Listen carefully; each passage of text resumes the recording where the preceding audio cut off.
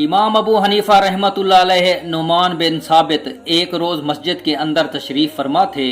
اتنے میں خوارج کا ایک گروہ تلواریں لہراتا ہوا مسجد میں داخل ہوا اور امام صاحب کو گھیر لیا۔ پھر ان کے درمیان مدرجہ ذیل گفتگو ہوئی۔ خوارج: ابو حنیفہ، ہم آپ سے 2 سوال کریں گے، اگر آپ نے جواب دے دیا تو ٹھیک، ورنہ ہم آپ کو قتل کر دیں گے۔ امام ابو حنیفہ رحمۃ اللہ علیہ نے فرمایا، اپنی تلواریں میان کے اندر رکھ لو، کیونکہ ان کی طرف دیکھنے سے میرا دل ادھر مشغول ہو جائے گا۔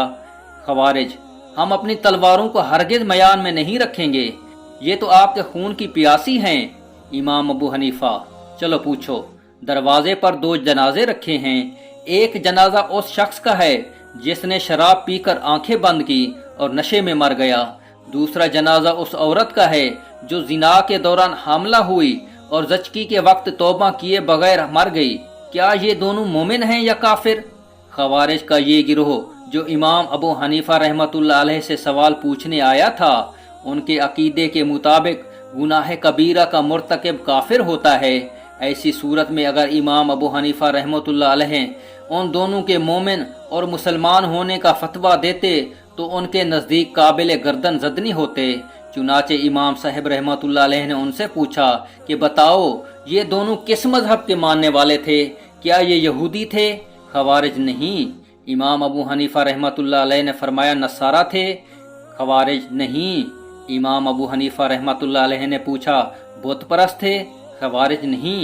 امام ابو حنیفہ رحمۃ اللہ علیہ نے فرمایا، آخر کس مذہب کے پجاری تھے؟ خوارج: مسلمان تھے۔ امام ابو حنیفہ رحمۃ اللہ علیہ نے فرمایا، تم لوگوں نے خود ہی جواب دے دیا، تمہارا اعتراف ہے کہ دونوں شرابی اور زانیہ مسلمان تھے، اور جو مسلمان ہوا اسے تم کافر کیسے کہہ سکتے ہو؟ خوارج کا یہ گروہ، یہ دونوں جنتی ہیں یا جہنمی؟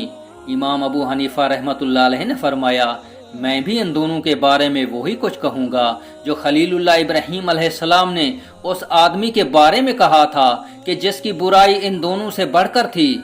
میری تابع داری کرنے والا میرا ہے، اور جو میری نافرمانی کرے تو تو بہت ہی معاف کرنے والا ہے۔ نیز میں بھی وہ کچھ کہوں گا جو روح اللہ حضرت عیسیٰ علیہ السلام نے فرمایا کہ ان دونوں سے بڑے گناہ گاروں کے بارے میں کہا تھا۔